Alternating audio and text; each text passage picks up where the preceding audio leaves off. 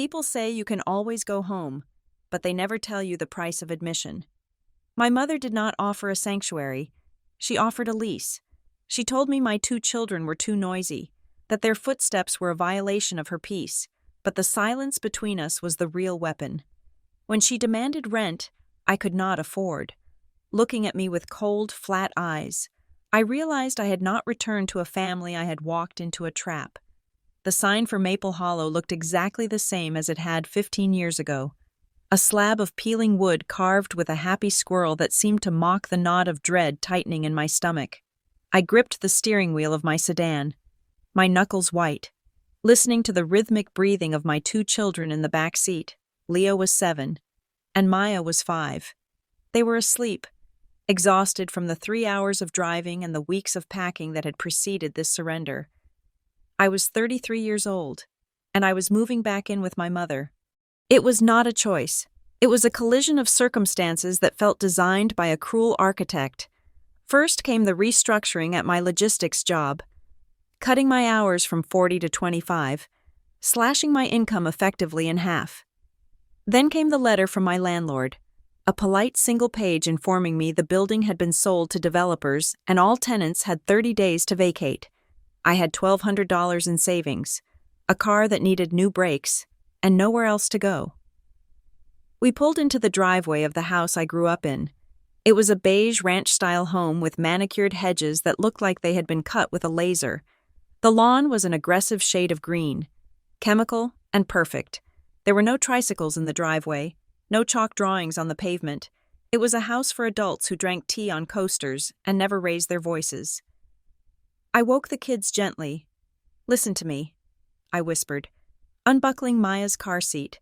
"Grandma loves you, but her ears are very sensitive. We have to be like ninjas. Can you be ninjas for Mommy?" Maya rubbed her eyes and nodded solemnly. Leo, older and sharper, just looked at the house with suspicion. "Why do we have to live here?" he asked. "Just for a little while, I promised," hating the tremor in my voice. "Just until I find us a new castle."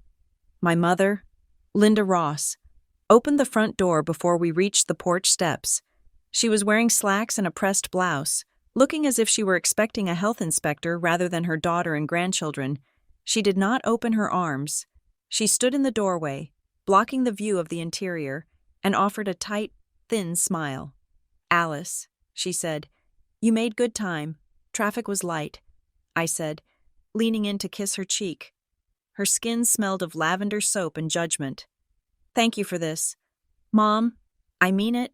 It is only for a few weeks." Linda looked at the kids, her gaze lingering on their sneakers. "Did you wipe your feet?" she asked them. "The carpet was just cleaned." They wiped their feet. We carried in the boxes, the few I had allowed myself to bring. The rest of our life was in a storage unit 2 towns over.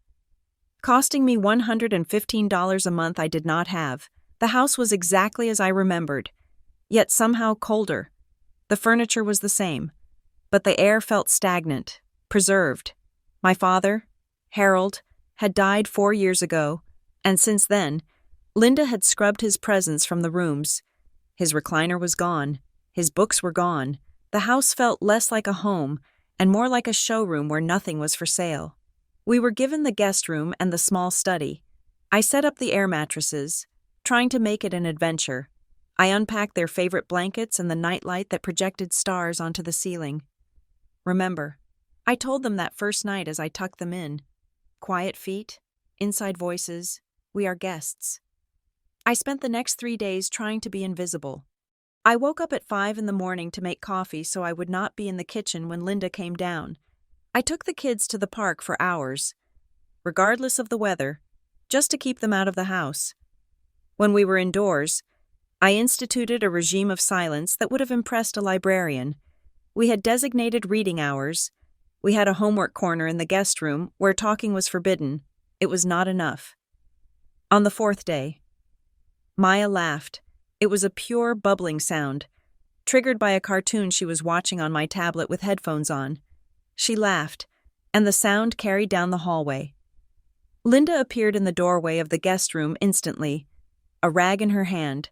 "Alice," she said, her voice low and dangerous, I am sorry, I said, reaching out to touch Maya's shoulder. She just forgot. It is constant, Linda said, staring at my 5-year-old, thumping, giggling. I have a migraine. Alice, I cannot have this chaos in my house. I did my time raising children. I deserve peace. She is 5. Mom, I said gently. She just laughed. It goes through the walls, Linda snapped. If you cannot control them, you will have to take them outside. It was raining, a cold, gray drizzle that soaked everything. We will go to the library, I said, my jaw tight. That night, after the kids were asleep, I sat at the kitchen table with my laptop, applying for jobs. I had lined up a few gig shifts delivering groceries, but it was not enough to save for a deposit on an apartment. I needed steady income. I needed a miracle. The headlights swept across the kitchen window, cutting through the dark. I stiffened. I knew that truck. It was a new model, a heavy-duty pickup that gleamed even in the rain. My brother, Grant. A moment later, a second car pulled in. My sister, Paige. I closed my laptop. This was not a casual drop-in. They entered the kitchen with the energy of a tribunal. Grant was 36, the golden boy who had stayed in Maple Hollow, taken over the chaotic management of Dad's old contacts, and somehow always came out smelling like money. He wore work boots that had never seen mud and a jacket that cost more than my car. Paige was 29, the baby, nervous and flighty, always looking at Grant to see what her opinion should be. Alice, Grant said, nodding at me. He did not hug me. He pulled out a chair and sat opposite me. Paige sat next to him, refusing to make eye contact. Linda stood by the sink, her arms crossed, looking out the window at the black backyard. Hey, Grant, I said, keeping my voice steady. Paige, to what do I owe the pleasure? We need to have a family meeting, Grant said. He placed his hands on the table. Big, manicured hands. Mom called us. She is worried. I looked at Linda's back. Worried about what? About the arrangement. Grant said, Look, Alice, we all want to help you. We know you hit a rough patch. Divorce, the job thing, it is tough, but you have been here almost a week, and Mom is struggling. Struggling, I asked. I have bought all our own groceries. I have done the laundry, cleaned the bathrooms, and kept the kids out of the house 12 hours a day. It is the noise, Linda said from the sink. She did not turn around. It is the disruption. My blood pressure is up. I cannot relax in my own home. Grant nodded as if this were a grave medical diagnosis. Right. So, we need to set some adult expectations. If you are going to stay here, Alice, you need to contribute. Realistically. I took a breath. I had expected this. But not so soon. I agree. I said, I have a plan. I am picking up shifts starting tomorrow. I will handle the utility bills for the next 2 months to cover our extra usage. I will do the landscaping so you do not have to pay the service, and I will cover all the household groceries. Not just ours. Give me 60 days to save for a deposit, and we will be gone. Grant exchanged a look with Paige. Paige bit her lip and looked down at her cuticles. That is not going to work, Grant said flatly. Utilities and cutting grass do not put cash in Mom's pocket. She is on a fixed income. Alice, having 3 extra people here is a liability. I am your daughter, I said, my voice rising slightly. I checked myself and lowered it. These are her grandchildren. I am not a stranger off the street. Grant sighed, a long, patronizing sound. This is not about emotion. It is about economics. We discussed a figure. We think it is fair. He slid a piece of paper across the table. I looked at it. The number was written in Grant's blocky, aggressive handwriting, $800 a month, plus a one-time security deposit of $500. I stared at the paper. The silence in the kitchen was heavy, broken only by the hum of the refrigerator. You are joking, I said. It is market rate for a room in this town. Grant said, Actually, it is a discount. I do not have this, I whispered. Grant, you know I do not have this. If I had $1,300 to drop right now, I would be putting it toward an apartment, not paying my mother to sleep in my childhood bedroom. Then you need to find it, Linda said. She finally turned around. Her face was hard, composed. It is not fair for you to sponge off me. Alice, your father left us in a delicate position. We are all tightening our belts. I looked at Grant. He was leaning back in his chair, picking at a loose thread on his jacket. Through the window, the security lights reflected off his truck. It was a top-of-the-line model, complete with the off-road package. I knew for a fact it cost upwards of $60,000. Tightening our belts. I asked, Grant, is that a new truck? He stiffened. I need that for work. And Mom, I said, looking around the kitchen, when did you get these countertops? Granted, these were laminate when I visited last Christmas. That was necessary maintenance. Grant interjected quickly. The old ones were peeling. Look, Alice, do not count other people's money. It is unbecoming. The fact is, the family is struggling. Dad's estate was not what we thought it was.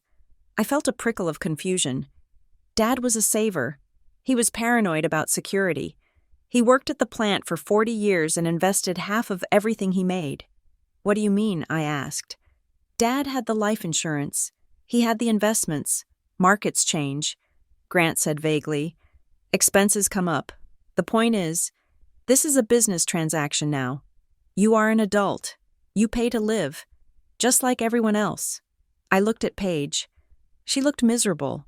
She was twisting a ring on her finger. Paige, I asked, do you think this is right? She looked up, her eyes watery. She glanced at Grant, who stared at her with a blank, heavy intensity. It is just boundaries. Alice, she murmured, Mom needs her space, and the money helps with things. I stood up. My legs felt shaky. I cannot pay this by the 1st of the month. I said, I literally cannot do it. I will give you everything I earn from the gig work, but I need time to get the first paycheck from a real job. Friday, Linda said. I looked at her. You have until Friday to pay the first month and the deposit, she said, or you have to make other arrangements. Mom, I said, the word cracking in my throat. I have nowhere to go. I have children. Then you should have thought about that before you came back here with your hand out, she said. I walked out of the kitchen. I went into the guest room and closed the door. I sat on the edge of the bed and watched the stars rotating on the ceiling, the little plastic projector whirring softly. Leo shifted in his sleep. Throwing an arm over his face, I did not sleep that night. I lay awake, calculating hours, calculating distances, calculating the depth of the hole I was in. The next morning, I operated on autopilot. I got the kids up, fed them cereal in silence, and ushered them out the door before Linda even came downstairs. We went to the park. Even though the grass was wet, I sat on a bench and made phone calls while they chased each other around the playground. I called the temp agencies. I called the fictional medical billing firm, Northgate Claims Services, where I had sent a resume 2 weeks ago. I left a voicemail that sounded desperate, tried to delete it, and failed. Around noon, we went back to the house for lunch. I made sandwiches and told the kids we were having a picnic in the backyard. I did not want them in the kitchen. I did not want them near Linda. While they ate, I saw my neighbor, Marla Wren, pruning her hydrangeas on the other side of the low chain-link fence. Marla had lived next door since I was a baby. She was a kind, bird-like woman who knew the history of every family on the block. I walked over to the fence. Hi, Marla, I said softly. She looked up, startled, then smiled. Alice, I saw the car. I heard you were back. Just for a bit, I said. She wiped her hands on her apron and leaned in closer. Her voice dropped to a whisper. How is your mother doing? I hesitated. She is fine. A little stressed. Marla nodded knowingly. I bet. I saw the mailman deliver those certified letters last week. From the law office in the city. She looked like she was going to faint right there on the porch. I froze. Law office. Yeah, Marla said. Parker and something. Big thick envelopes. She has been on edge ever since. I asked her if everything was okay. And she nearly took my head off. Said it was private business. I felt a cold chill. Linda had said nothing about legal trouble. She had said nothing about lawyers. Grant had said the family was struggling, but he had framed it as a general economic downturn, not a specific legal crisis. "Thanks, Marla," I said, trying to keep my face neutral. "She is probably just sorting out some of Dad's old paperwork." Marla looked unconvinced. "Maybe, just watch your step, honey. The air over there has been thick for months, even before you came." I went back to the picnic blanket. The kids were arguing over a juice box. "Shh," I hissed. Too harsh. Quiet voices. They looked at me with hurt eyes. I felt like a monster. "I am sorry," I whispered. "I am sorry. Mommy is just tired." That afternoon, Linda went out. She said she had a hair appointment, but she took a large tote bag with her that looked heavy. As soon as her car backed out of the driveway, I felt the house exhale. I needed to know what was happening. I needed to understand why my mother was demanding money she knew I did not have, and why Grant was lying about the family finances. I sent the kids to the living room with the tablet. "Watch a movie," I said. "Do not move from the carpet. If you need me, come get me immediately. But stay quiet." I went to the garage. The garage was Grant's domain, even though he lived in a condo downtown. It was filled with tools, bins of holiday decorations, and stacks of old plastic tubs. I knew my father had kept his personal files in a filing cabinet in the study, but that cabinet was now locked, and the key was missing from its usual hook. But Dad never threw anything away. If there were old papers, duplicate records, anything that Linda had cleared out of the house to make room for her new minimalist aesthetic, it would be out here. I scanned the shelves. There were bins labeled XMAS, Halloween, Linda Kitchen, and then, in the back corner, under a tarp, I saw a dusty cardboard box.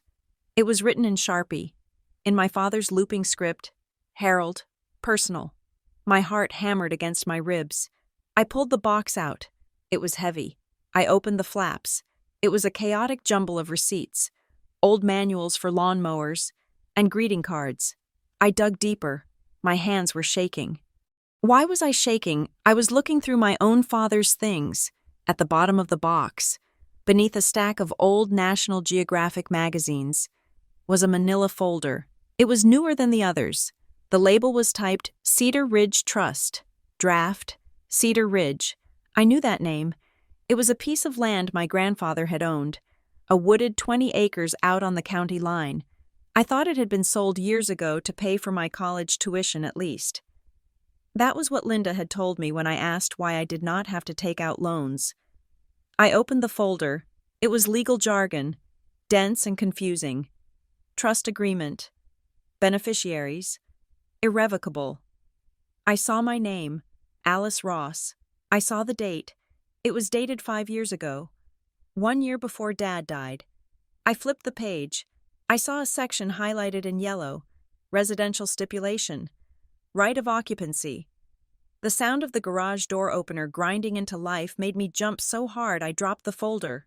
Linda was back. I scrambled. I shoved the papers back into the folder. I shoved the folder to the bottom of the box. I threw the magazines on top. I shoved the box back under the tarp. My heart was in my throat. I smoothed my hair. I grabbed a roll of paper towels from the shelf nearby, creating a prop. The garage door lifted, daylight flooding in. Linda's sedan pulled in. I stood there, clutching the paper towels, trying to look like I was doing a chore. Linda got out of the car. She stopped when she saw me. Her eyes narrowed. "What are you doing out here?" she asked. "We ran out of paper towels." I lied. I thought there might be extras on the shelf. She looked at the paper towels in my hand. She looked at the corner where the box was hidden. She looked back at me. "There are paper towels in the pantry." "Alice," she said slowly, "you know that. I forgot to look there. Sorry." She walked past me, her heels clicking on the concrete floor. She smelled of hairspray and fear. "Come inside," she said. "We need to finish our conversation." I followed her into the kitchen. The kids were still in the living room.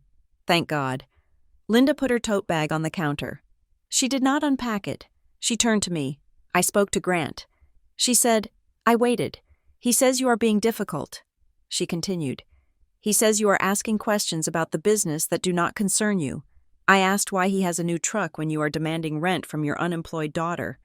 I said, that seems like a fair question. It is not, she snapped.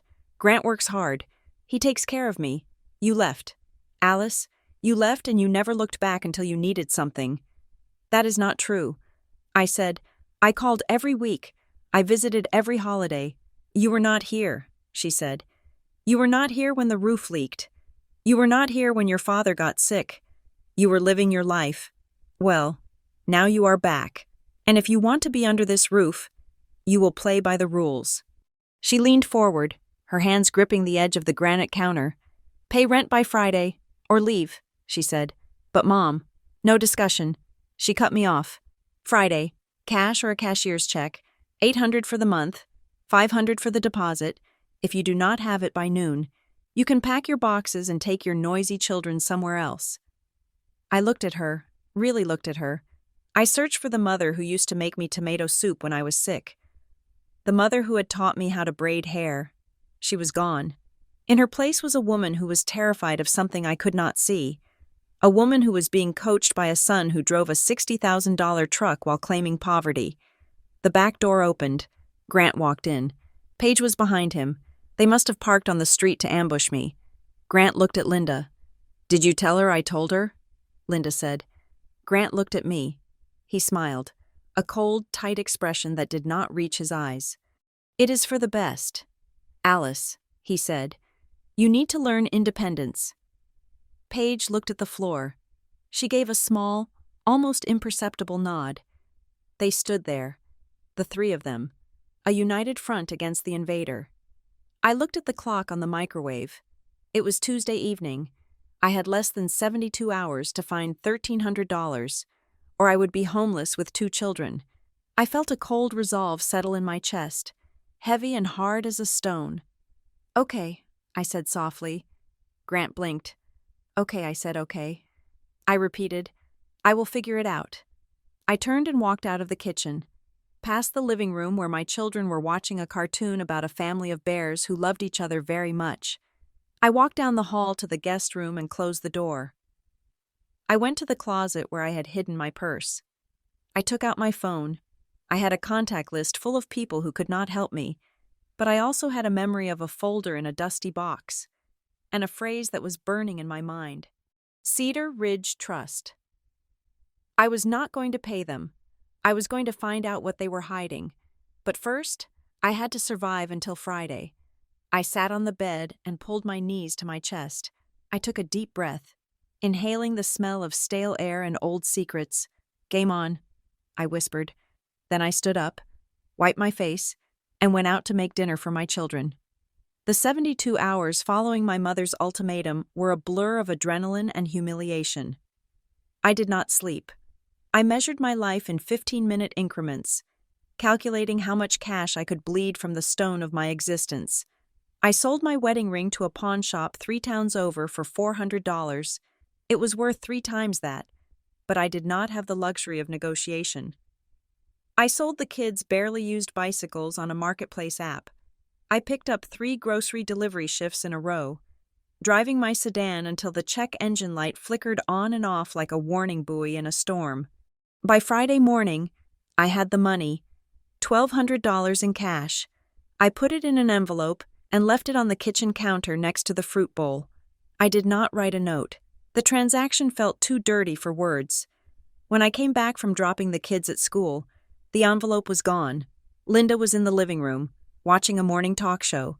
She did not say thank you. She did not acknowledge the sacrifice. She simply pointed to the coaster on the coffee table when I set down my water glass. A silent reminder that I was now a tenant on probation. I needed a real job. The gig economy was a stopgap, a way to keep the wolves at the door. But it would not get us an apartment. I sat in the local library, using their free Wi-Fi because I was terrified of using too much data on my phone plan. I spent hours tailoring my resume, focusing on my administrative experience. I found a listing for Northgate Claims Services, a medical billing firm based in a business park 20 minutes away. The pay was decent. The benefits were solid, And most importantly, it was full-time. I polished my cover letter until it shone. I stripped away the desperation and replaced it with professional competence. I am a reliable, detail-oriented professional seeking a long-term role, I wrote, while my stomach growled from skipping lunch to save $6. But finding a job was only half the battle. I needed to keep my children invisible. The library became our living room. The public park became our backyard. I picked Leo and Maya up from school and immediately took them elsewhere. We stayed out until dinner time, wandering through the stacks of books or shivering on the playground while the autumn wind whipped through the trees. I told them we were explorers. I told them we were on an adventure to find the best slide in the county. Leo, at 7, was beginning to see through the cracks. "Mom, why can we not go home?" he asked one afternoon as we sat in the car, eating peanut butter sandwiches for dinner because I did not want to cook in Linda's kitchen. "Grandma is tired," I said, wiping a crumb from his chin. "She needs her rest. We are helping her by staying out of her hair. She is always tired," he muttered, kicking the back of the passenger seat. "Do not kick," I said sharply. Then I softened. "I know, buddy. I know. It is just for a little while, but no matter how long we stayed out, no matter how silent we were when we returned, it was never enough. We would walk through the front door at 6:30 in the evening, shoes in hand, tiptoeing across the pristine carpet. Linda would be sitting in her armchair, a cup of tea in her hand, her eyes tracking us like a surveillance camera. "You are late," she would say. "We ate dinner out," I would whisper, "to keep the kitchen clean." "I can hear them breathing," she said once, staring at Maya. "She has a wheeze. Is she sick? I cannot get sick. Alice, my immune system is not what it used to be. The doctor said stress compromises my defenses. She is not sick. Mom, it is just allergies. It is disruptive," Linda said, taking a sip of tea. "I can feel the vibration of their footsteps in the floorboards. It aggravates my migraines." I looked at her, searching for the grandmother who used to let me build forts in the living room. She was gone. In her place was a landlord looking for cause to evict. I realized then that the rent was not about money, it was about leverage, and if I was paying rent, I needed the protections that came with it. The next evening, Grant stopped by. He did not knock. He just let himself in with his key. Walking through the house with the heavy, confident stride of a man who owns everything he sees, he found me in the kitchen, where I was scrubbing the grout behind the sink because Linda had mentioned it looked dingy. "Working hard?" he asked. Grabbing an apple from the bowl, I dried my hands on a rag. "Grant, we need to talk." He leaned against the counter, crunching into the apple. "Shoot, I paid the rent," I said, "and the deposit. I heard. Good for you." Stepping up. "Since I'm paying," I said, keeping my voice level, "I want something in writing, a standard rental agreement, just outlining the terms, the rent amount, and the notice period for moving out. It protects Mom as much as it protects me." Grant stopped chewing. He looked at me with a mix of amusement and annoyance, the way one looks at a dog trying to walk on its hind legs. "A rental agreement?" he asked. "Yes, just a basic lease." "Alice?" he laughed. A short, barking sound. "We are family. You do not sign leases with family. You demanded rent like a landlord." I said, "You should provide a lease like a landlord." Grant shook his head, his expression hardening. "Do not make this legal." "Alice, that is aggressive. We are doing you a favor by letting you stay here at all. A lease implies rights that you do not have. You are a guest who is contributing to the household expenses. That is it. I am paying $1,300 to start." I said, "That is not a contribution. That is rent. And if I do not have a lease, what is to stop you from raising it next month or kicking me out tomorrow? Trust," Grant said. He took another bite of the apple. "You trust your family, unless you have a reason not to." He stared at me, daring me to bring up the Cedar Ridge Trust, daring me to mention the hidden files. I held his gaze, my heart hammering. "I just want stability for the kids." I said, "Then follow the rules." Grant said, "Keep the noise down. Keep the house clean. Do not stress Mom out. That is your lease." He threw the apple core into the trash can and walked out. I watched him go, feeling a cold knot of certainty in my stomach. Don't make it legal. He was afraid of a paper trail. He wanted my money. But he did not want to create a record of my tenancy. Why I needed allies. I looked at Paige, who had come in quietly through the back door while Grant was lecturing me. She was folding laundry in the utility room, her shoulders hunched. "Paige," I asked, walking in. She jumped. "God, Alice, you startled me." "Did you hear that?" I asked. She nodded, not looking at me. She focused intently on folding a towel. "Why is he so afraid of a piece of paper?" I asked. Paige sighed. She looked tired. Her eyes were rimmed with red, as if she had been crying or sleeping poorly. "He is just managing things," she whispered. "He says it is complicated." "What is complicated?" "The estate," she said. "Dad's stuff. Grant says the probate is stuck in a loop. He says if we bring lawyers into it, the state takes everything in taxes. He says we have to keep it under the radar until the timeline runs out." "What timeline?" I asked. "I do not know," she said, her voice rising in panic. "I do not know.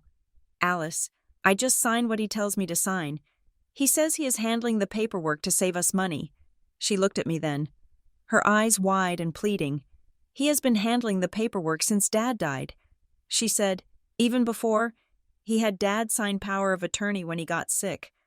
I saw them doing it at the hospital. Grant said it was for convenience. Power of attorney. My father was a meticulous man. He would never have handed over total control unless he was too medicated to understand what he was doing." "Paige," I said, stepping closer. "Did you see the documents?" "No," she said, backing away. "I do not want to know. I just want everyone to get along. Please, Alice, just pay the rent. Just keep Mom happy. I cannot take the yelling anymore." She grabbed the laundry basket and fled, leaving me alone in the scent of dryer sheets and fear. I went back to the kitchen. I needed air. I stepped out the side door into the driveway. The sun was setting, casting long shadows across the perfectly manicured lawn. Marla Wren was there again, struggling with a heavy bag of mulch by the fence. I walked over. "Let me help you with that." "Marla." "Oh, bless you." "Honey," she said as I heaved the bag onto her flower bed. "My back is not what it used to be." I dusted off my hands. "Marla, can I ask you something?" She straightened up, wiping her forehead. "Sure. Alice, you mentioned the other day that Mom looked stressed about mail from a law office." I said, "Do you remember when that was?" "About 2 weeks ago." She said, "Right before you showed up. And did you see anyone else? Contractor's workmen?" Marla tapped her chin. "Well, now that you mention it, there was a fellow here about a month ago, had a truck with a logo. Apex Appraisals. I remember because he parked on the street and blocked my mailbox for an hour. Appraisals." I repeated, "Yeah." And then, maybe a week later, I saw Grant standing in the driveway with a notary. I know she was a notary because she had that little stamp bag. They were signing papers right there on the hood of his truck. Your mom was there, too. She looked well. She looked like she does now. Tight, closing documents. You do not need an appraiser and a notary unless you are refinancing a mortgage or taking out a home equity line of credit. But the house was paid off. My father had burned the mortgage note 10 years ago at a 4th of July barbecue. I remembered him holding the burning paper with tears in his eyes, shouting that he was a free man. Why would Linda be taking out a loan against a paid-off house? And where was the money going? It certainly wasn't going to me. "Thank you. Marla," I said, "anytime. Dear, you look pale. Are you eating enough?" "I am fine." I lied. "Just tired." I went back inside. The house felt different now. It was not just a hostile environment. It was a crime scene in progress. I decided to play the part they wanted. If I was the maid, I would be the best maid they had ever seen. I needed to lower their guard. I needed access. For the next few days. I was perfect. I scrubbed the baseboards. I cooked elaborate dinners that Linda picked at and criticized. "The chicken is dry," she would say. "I am sorry." "Mom, I will brine it next time." I would reply, "You use too much salt," she would say. I will be more careful. I would promise. When I was cleaning, Linda was almost pleasant. She would sit at the table and tell me stories about the neighbors, about how the town was changing, about how hard it was to be a widow. It is lonely. Alice, she said one afternoon while I was polishing the silver, no one understands the burden. Grant tries, but he is a man. He sees numbers, not feelings. You rely on him a lot, I said softly, not looking up from the fork I was buffing. He stepped up. She said defensively, when your father died, everything was a mess. Harold had accounts everywhere, passwords no one knew. Grant sorted it all out. He saved this house, saved it from what I asked gently. From the government, she whispered. From the taxes. Your father made mistakes. Alice, he thought he was smarter than the system. Grant had to fix it. I did not push. I let the seed of doubt sit there. My father paid his taxes. He was terrified of the IRS. The idea that he had left a mess was a narrative Grant had constructed to justify his control. I waited until Wednesday to make my move. Linda had her bridge club meeting at the community center. Grant was at work. Paige was at her receptionist job. I had the house to myself for 2 hours. I went straight to my old bedroom. It was at the end of the hall. The door was usually shut. Linda called it the storage office. When I had first arrived, she had told me simply, do not go in there. It is a mess. I turned the knob, locked. Of course, I knelt down and looked at the lock. It was a simple interior privacy lock, the kind you could pop with a flathead screwdriver or a stiff wire. I ran to the kitchen, grabbed a skewer from the utensil drawer, and ran back. I jiggled the mechanism. It clicked. I opened the door and slipped inside, closing it softly behind me. The room smelled of dust and stale paper. My old posters were gone. The walls were painted a sterile gray. The bed was gone. In its place were stacks of plastic bins and a large metal filing cabinet in the corner. My heart was racing. I felt like a burglar in my own childhood sanctuary. I went to the filing cabinet, locked. I pulled on the drawers. Nothing. I looked around the room. Where would she keep the key? Linda was a creature of habit. She used to hide the spare house key in a magnetic box inside the freezer. She hid her jewelry in a hollowed-out book on the nightstand. I checked the desk drawer. Pencils, pens, a stapler. I checked the bookshelf. Old encyclopedias. I looked at the top of the filing cabinet. There was a potted fake plant. I lifted the pot. Nothing. I checked the windowsill. Nothing. I stood in the center of the room, thinking like my mother. If I wanted to hide something but keep it accessible, where would I put it? My eyes landed on the closet. I opened it. Inside were my father's old coats, hanging in plastic bags. She hadn't thrown them away. She had just moved them out of sight. I patted down the pockets of his favorite tweed blazer. My fingers brushed against cold metal. I pulled it out. A small silver key. I almost cried. I took the key to the filing cabinet. It slid into the lock smoothly. I turned it. Click. I pulled open the top drawer. It was packed with files, utilities, insurance, medical. I flipped through them quickly. Nothing unusual. I opened the second drawer. Bank statements, credit cards. I pulled a file labeled Patterson Marine Supply No. That was not right. I blinked, the stress making my mind wander to old stories. I focused. The file was labeled House Refinance 2025. I opened it. There it was. A loan agreement from a private lending firm. Not a bank. Northbridge Capital Solutions. A loan for $60,000. Secured against the equity of the house. Signed by Linda Ross. And a second signature as witness, Grant Ross. I flipped to the disbursement page. Where did the money go? It was wired to an account under the name Ross Management, LLC. Grant's company. I felt sick. Grant had convinced our mother to mortgage her paid-off house and funnel the money into his own business, likely telling her it was to pay estate taxes or legal fees. I shoved the file back. I needed more. I needed the trust. I opened the bottom drawer. It was empty except for a single hanging folder at the very back. Cedar Ridge. I reached for it. The sound of a car door slamming in the driveway froze my blood. Linda was home early. I slammed the drawer shut. I locked it. I ran to the closet and shoved the key back into the coat pocket. I sprinted to the door, checked the hall empty, and slipped out. Using the skewer to relock the knob from the outside, I made it to the kitchen just as the front door opened. I was washing a dish, my breathing ragged, my hands trembling in the soapy water. Alice Linda called out, "Hi, Mom," I called back, my voice sounding thin and high. "You are back early. Mrs. Higgins felt ill," she said, walking into the kitchen. She looked at me. "You look flushed." "The steam," I said. "I was scrubbing the pots." She looked at the spotless counter. She looked at my shaking hands. "You missed a spot on the backsplash," she said. I scrubbed the spot until my knuckles were raw. The next day, I made an appointment. I could not do this alone. I needed a professional who was not afraid of Grant Ross. Eliana Park's office was in a small brick building downtown, sandwiched between a bakery and a dentist. She was a woman of about 40, with sharp glasses and a demeanor of calm, terrifying competence. I sat in her office, clutching my purse. I did not have money for a retainer. I had told the receptionist I needed a consultation, which was $50 for 30 minutes. "Ms. Ross," Eliana said, sitting down.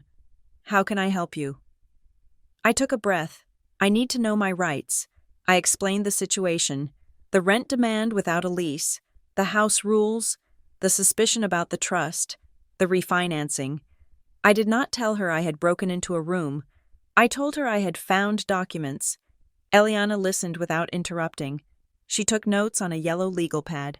When I finished, she took off her glasses and cleaned them with a microfiber cloth. "Alice," she said, "you are in a precarious position. Without a lease, you are essentially a month-to-month tenant at will. They can give you 30 days' notice to vacate for almost any reason. However, the rent demand changes things. By accepting rent, your mother has established a landlord-tenant relationship. She cannot just kick you out.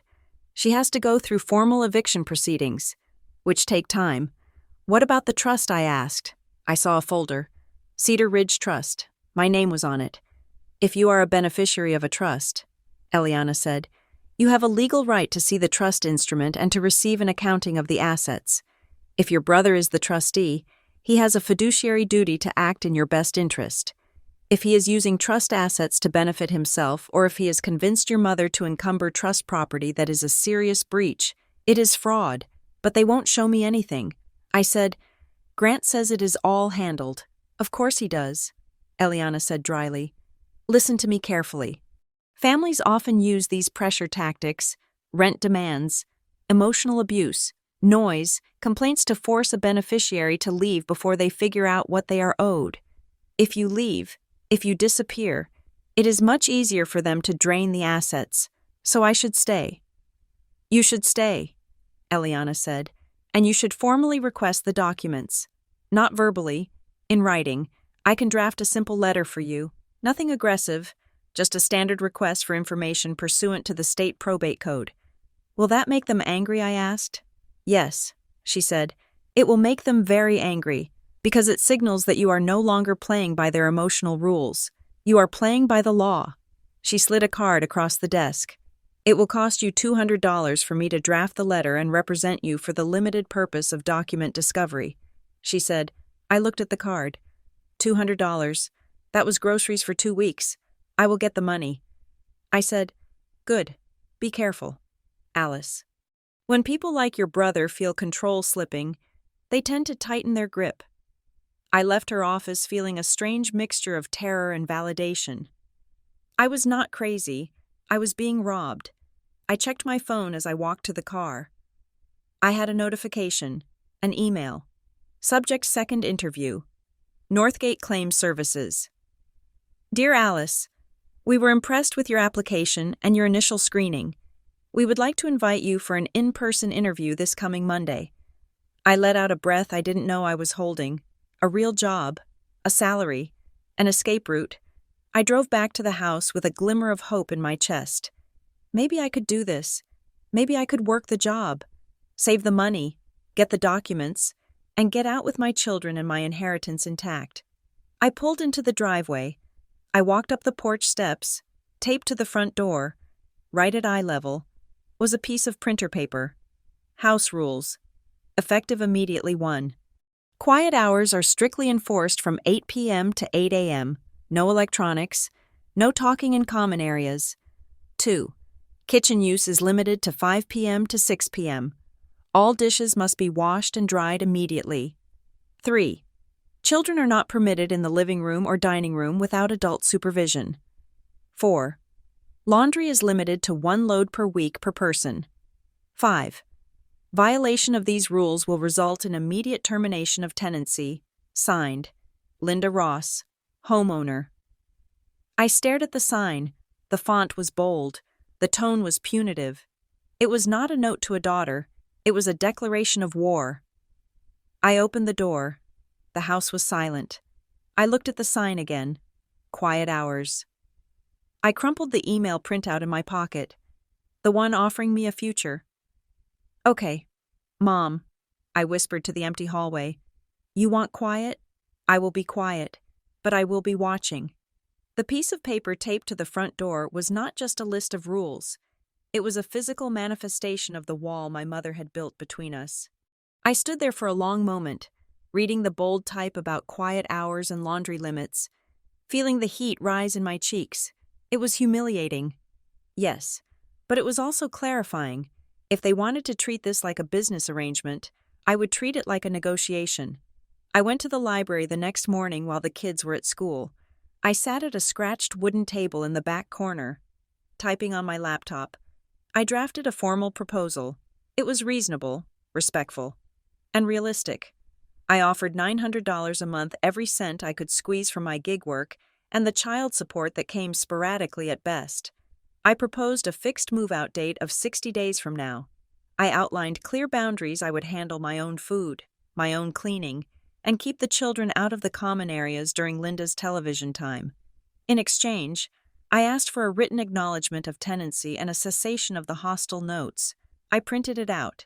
It looked professional. It looked like dignity. That evening, I asked for a meeting. I set the paper on the kitchen table.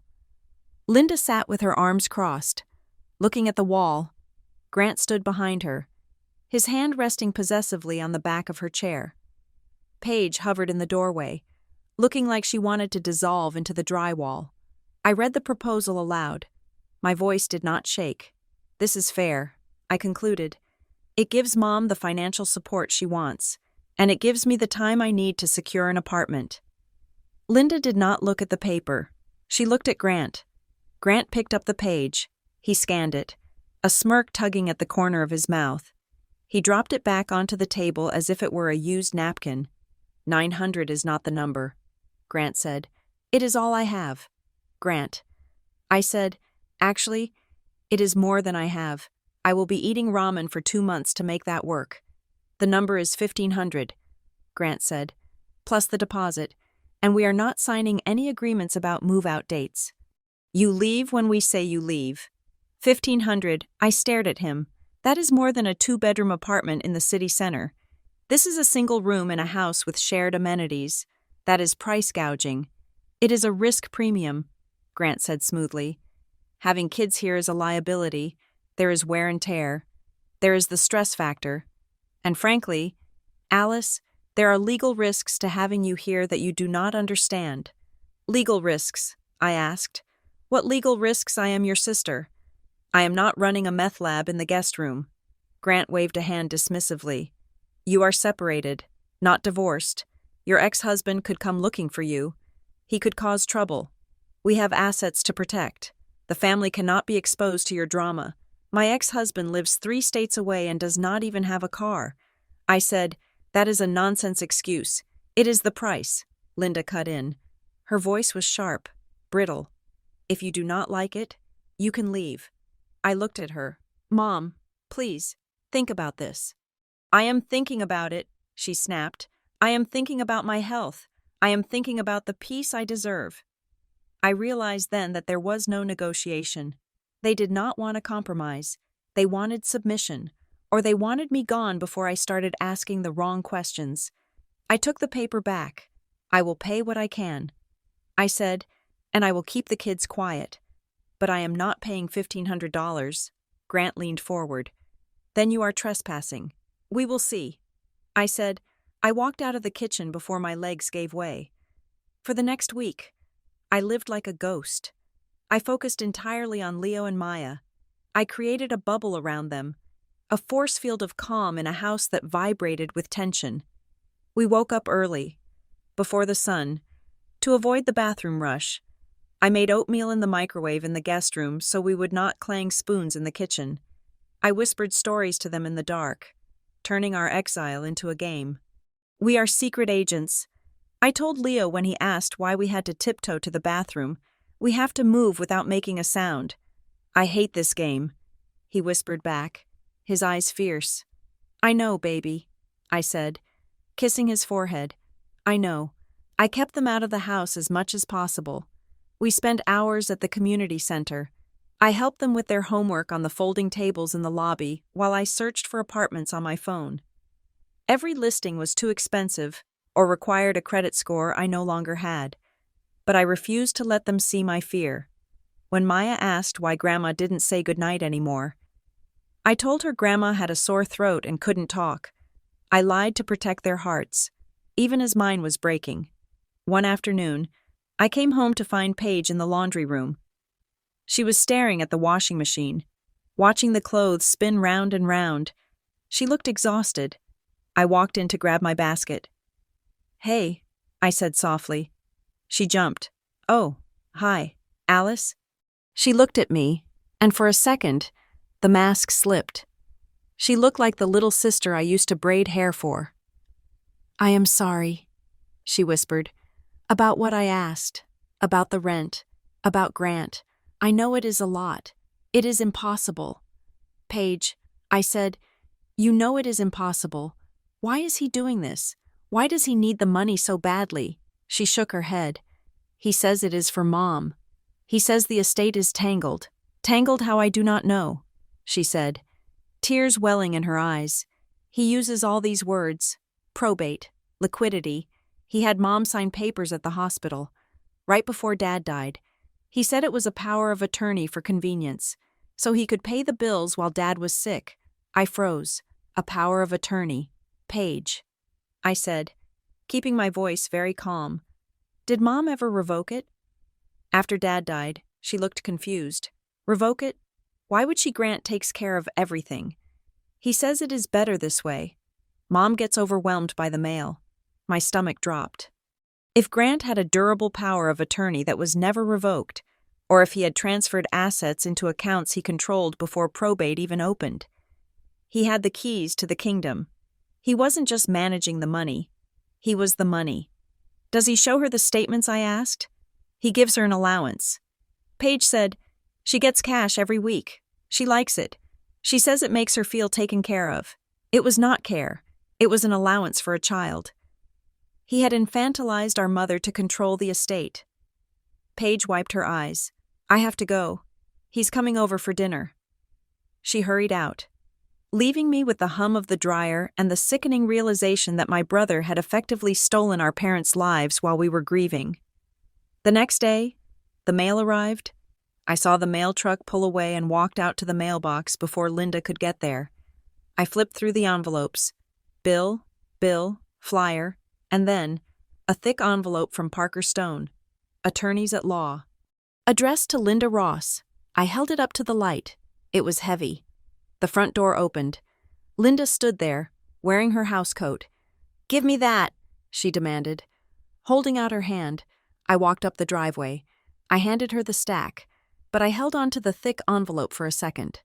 Mom, I said gently, Marla told me she saw you upset about a letter from a law office. Is this it? Her face went pale, then red. That is none of your business. She snapped, snatching it from me. I am just asking. I said, if there is legal trouble, maybe I can help. I can look at it. You, she laughed. A harsh, barking sound. You cannot even pay your own rent. You think you can help me with my affairs. I am your daughter. I said, I am not trying to hurt you. You are trying to snoop. she hissed. Grant told me. He said you would try to find out how much money there is so you could ask for a handout. A handout? I recoiled. Mom, I have never asked you for money. I am working 2 jobs. You are here, aren't you? You are eating my food. You are using my water. You are trying to steal what your father left for me. You are ungrateful. Alice? She turned and marched back into the house, slamming the door. I stood in the driveway, the accusation ringing in my ears. Steal what your father left for me. Grant had poisoned her against me so thoroughly that she saw her own daughter as a thief. I went to my car. I drove to a parking lot behind a grocery store and called Eliana Park. Do it, I said when she answered. Send the letter. Are you sure? Eliana asked. It will escalate things. They are already escalated. I said, he has a power of attorney. Eliana. Paige told me. He has been controlling everything since before Dad died. There was a silence on the line. Then Eliana's voice came back. Sharper. More professional. That changes the complexion, she said. If he is acting under a power of attorney, he has a strict statutory duty to account for every penny. If we demand an accounting and he refuses, we can petition the court to compel him. It moves this from a family dispute to a potential fraud case. Draft the request, I said. Ask for the trust documents. Ask for the accounting. Ask for everything. I will send it certified mail today, she said. 2 days later, the bomb dropped. I was in the kitchen making a sandwich for lunch when my phone buzzed. It was a text from Grant. Hey, long time no talk. Let's grab coffee. My treat. The Beanery on Main. 2 p.m. I stared at the screen. Grant never bought coffee. Grant never wanted to talk unless he had an audience. He had received the letter. I replied, okay. I dropped the kids off at the neighbor's house. Marla had kindly agreed to watch them for an hour and drove to the Beanery. Grant was sitting at a corner table. He was wearing a polo shirt and a smile that looked like it had been practiced in a mirror. He stood up when I approached.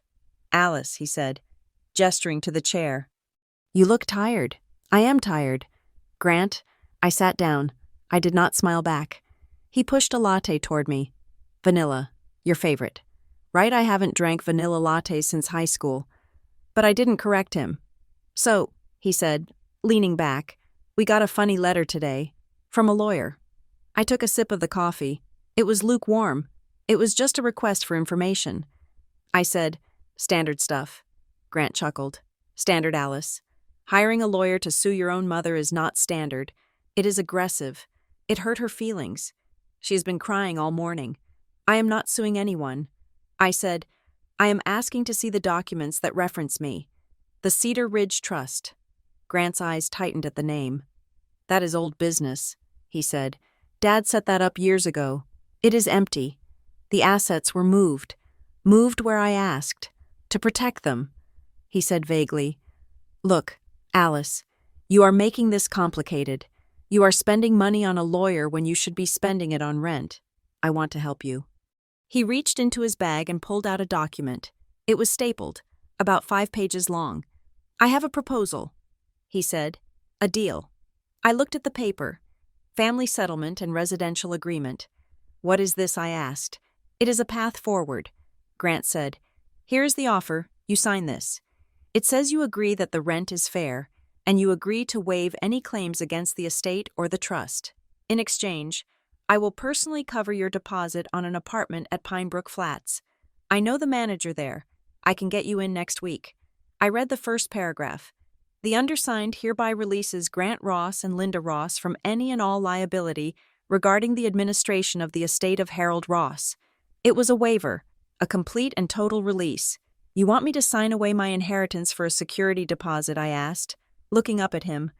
I am offering you housing. Grant said, security for your kids. Isn't that what you want? I want to see the trust.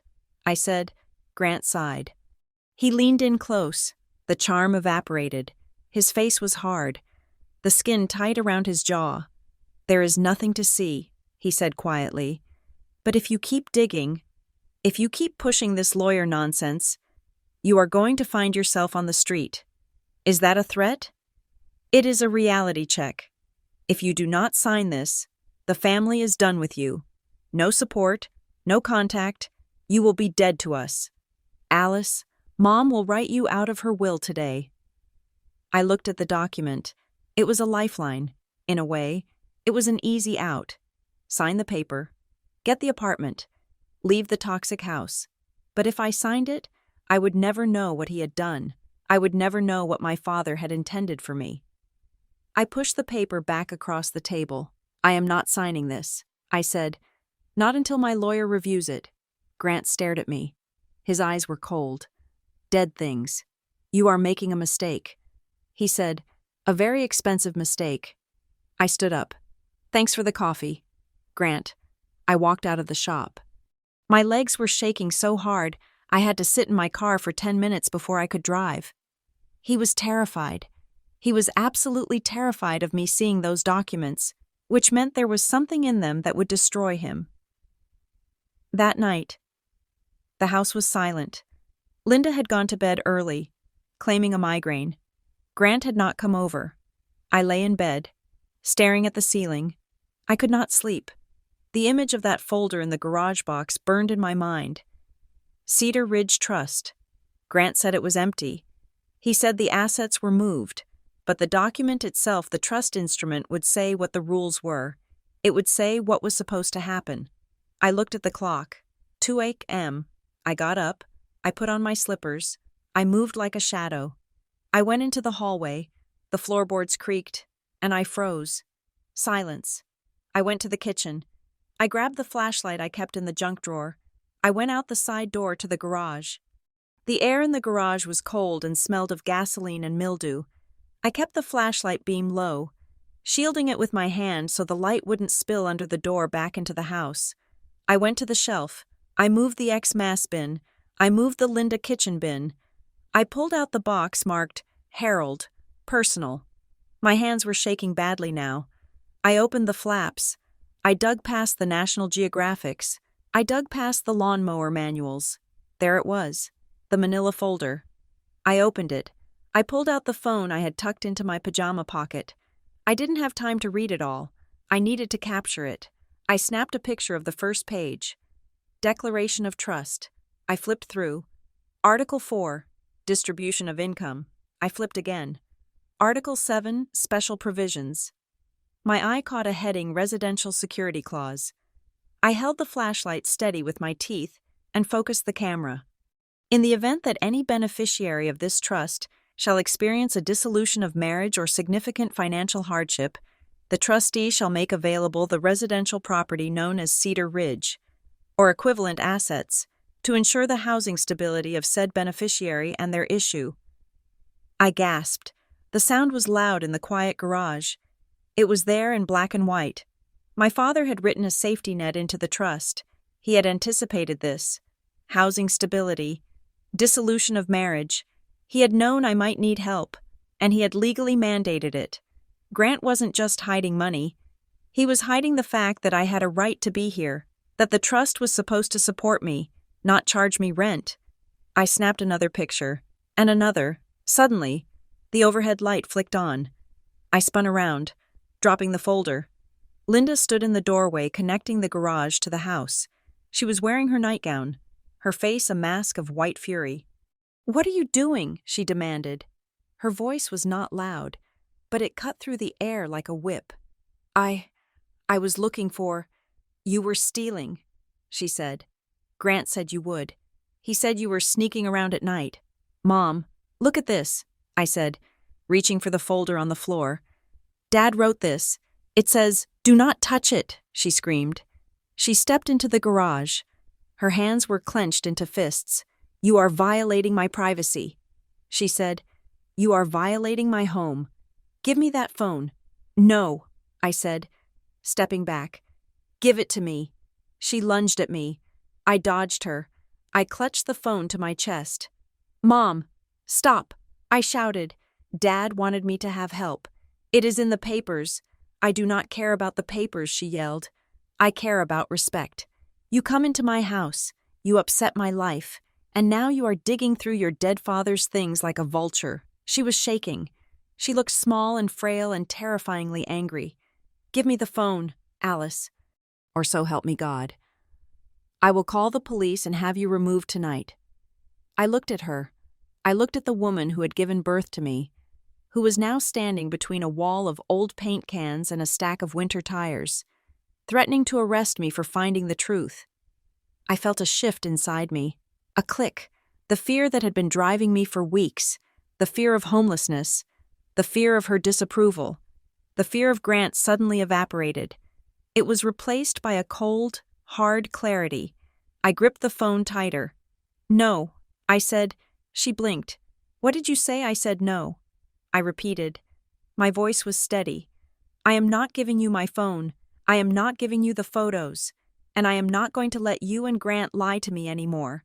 Alice, I am done being scared. Mom, I said. I picked up the folder.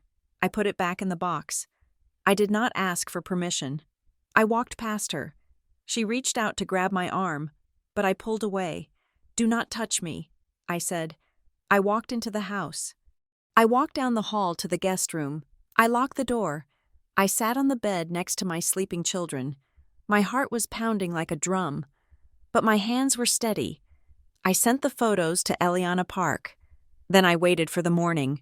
The morning sun hit the windshield of my car with a glare that felt like an interrogation light.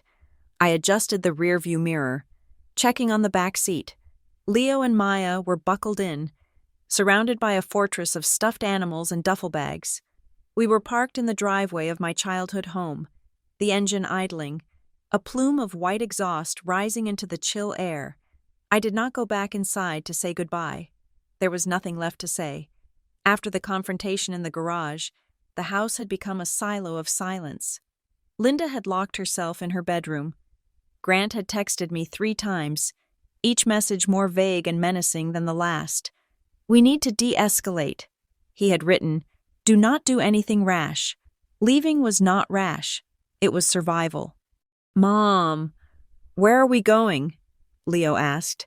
He was clutching his seatbelt strap, his eyes wide with that specific anxiety children get when their routine is shattered. We are going on a short adventure, I said, forcing a brightness into my voice that I did not feel. Just a little vacation while I find our new apartment. Remember I told you about the place with the pool? Is it a hotel? Maya asked, perking up. Does it have the little soaps? It is kind of like a hotel. I said, it is called the Maple Suites. And yes, it has the little soaps. I put the car in reverse. As we backed out, I looked at the house one last time. The curtains in the living room twitched. My mother was watching. She was standing behind the sheer fabric, a ghost in her own home, watching her daughter and grandchildren drive away because she had chosen a lie over her family. I did not wave. I turned the wheel and drove toward the highway.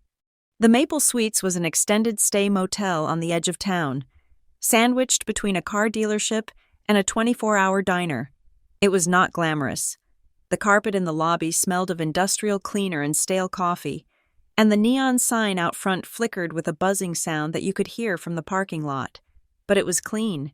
It was affordable barely, and most importantly, it was neutral territory. I paid for 2 weeks up front, $600. It took a significant chunk out of my dwindling savings, but the peace of mind was worth every penny. We hauled our boxes into room 104. It had 2 queen beds, a kitchenette with a 2-burner stove, and a small round table. This is cozy, I announced, dropping the bags. Look, kids, the TV is on a swivel. Leo looked around the beige room. It smells like lemons, he said. That is the smell of freedom. Buddy, I said. We settled in. I created a routine immediately. I was terrified that if I let chaos creep in, even for a second, I would collapse. We woke up at 7. We ate cereal at the small table. I walked them to the bus stop down the street, holding their hands tight. Once they were gone, I went to work on my life. My first victory came 3 days later. I put on my only suit, which I had steamed in the motel bathroom, and drove to Northgate Claims Services for the in-person interview. I sat in a conference room with 3 managers. Answering questions about medical coding and dispute resolution, I was sharp. I was hungry. I channeled all the frustration and precision I had been using to navigate my family drama into proving I was the most competent person they had ever met. When the hiring manager, a stern woman named Mrs. Gable, called me the next afternoon, I was sitting on the edge of the motel bed, folding laundry. "Alice," she said, "we would like to offer you the position."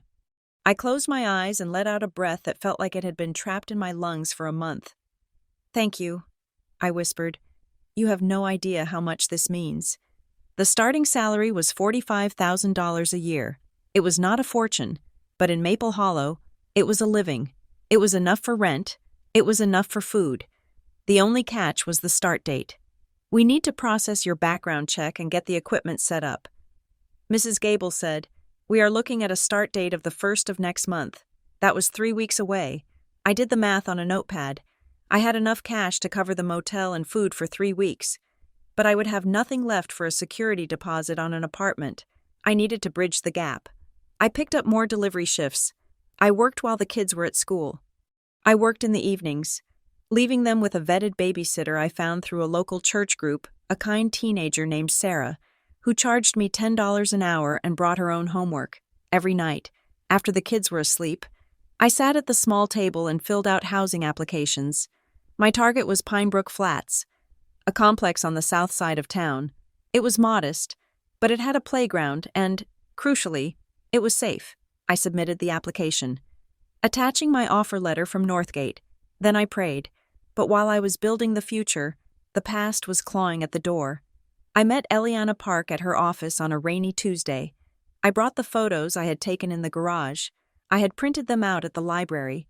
The images grainy but legible. Eliana spread them out on her desk.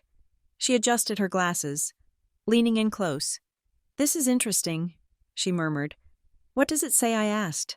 "I read the part about housing stability, but I do not speak lawyer." Eliana tapped the paper with her pen. "It says," she began, "that the Cedar Ridge Trust was funded by the sale of a commercial property your father owned in the city.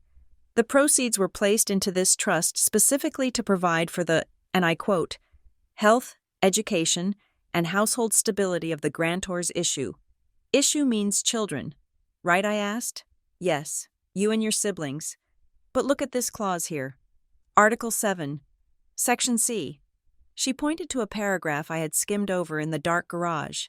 "In the event of a beneficiary's marital dissolution or loss of primary residence, the trustee is directed to prioritize distributions to secure safe and independent housing for said beneficiary and minor children." Eliana looked up at me. Her expression was grim. "Alice, this trust was not just a savings account. It was an insurance policy against exactly what is happening to you right now. Your father knew that divorce or job loss could happen. He set this money aside specifically to make sure you would never be homeless."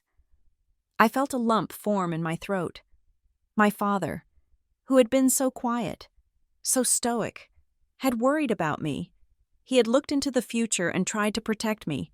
So when Grant said the family was struggling, I started. He was lying. Eliana said, "If the trust was funded as described here, there should be hundreds of thousands of dollars in principal, and more importantly, the money he used to renovate your mother's kitchen, if he took that from this trust, that is a misappropriation of funds. Trust assets are for the beneficiary's needs, not the trustee's home improvement projects. He bought a truck, too." I said, "A $60,000 truck." Eliana sighed. "We need official copies. These photos prove the trust exists, but we need the certified instrument to go to court. I am going to send a formal demand letter, not just a request, a demand. We will cite these specific clauses." "Will that stop them?" "It will scare them," she said, "but people like your brother do not stop until they are forced to." I left her office feeling a mix of vindication and sorrow. My father had left me a life raft, and my brother had punctured it to buy granite countertops. 2 days later, my phone buzzed with an unknown number. I let it go to voicemail, thinking it was a bill collector. Then a text came through. "It is Paige. Please pick up. I am at the diner next to your motel." I stared at the screen. "Paige, I told the kids I was going to get coffee, and walked across the parking lot to the diner. I saw her sitting in a booth near the back, wearing a hooded sweatshirt, looking small and terrified. I slid into the booth opposite her. "Hi, Paige," I said. She looked up. Her eyes were red and swollen. She had been crying for a long time. "I am sorry," she blubbered, the words spilling out. "I am so sorry. Alice, keep your voice down," I said gently. "Tell me what is happening." "Grant is going crazy," she whispered. "He got the letter from your lawyer, the one demanding the accounting. He was screaming at Mom. He said you are trying to destroy the family. I am trying to survive. Paige, you know that." "I know," she sniffled. "I know. That is why I came. I have to tell you." She looked around the diner, checking for spies. "The rent ultimatum," she said. "It was not Mom's idea. I suspected that." I said, "No, you do not understand. Grant wrote the script. He literally wrote down what Mom should say. He told her that if you stayed in the house, you would find the papers. He said you were nosy. He said you would start asking about the money and then the government would get involved and Mom would lose the house. He scared her." I said, "He terrified her. He told her the kids were a liability. He told her the noise was making her sick. He planted that idea." "Alice," he kept asking her, "do you have a headache? Is it the kids?" Until she believed it. I felt a cold anger rising in my chest. It was psychological warfare. Grant had gaslit our mother into rejecting her own grandchildren just to protect his slush fund. "Why, Paige," I asked, "why does he need the money?" She looked down at her hands. "He made bad investments," she whispered, "with the trust money. He put it into some crypto scheme and a development project that went bust. He lost a lot of it. Alice, he's trying to refinance the house and sell the land to cover the hole before anyone finds out. The land, Cedar Ridge. He is selling it, I asked. He put it on the market yesterday." Paige said, "He is trying to do a quick cash sale. He told Mom it is to pay for her long-term care, but it is to pay back the trust account before the audit." I reached across the table and took her hand. She flinched, then let me hold it. "Thank you for telling me," I said. "You are brave for doing this." "I am not brave." She wept. "I am a coward. I watched him do it." I signed the papers he put in front of me. "You are telling me now," I said. "That matters." I walked back to the motel in a daze. It was worse than I thought.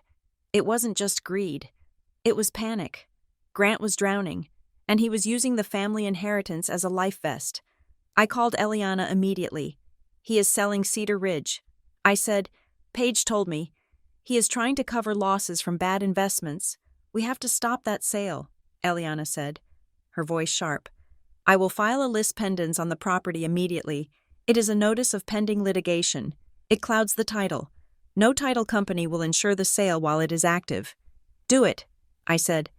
And Alice Eliana added, "Prepare yourself. This is the nuclear option. Once I file this, there is no going back. Push the button." I said.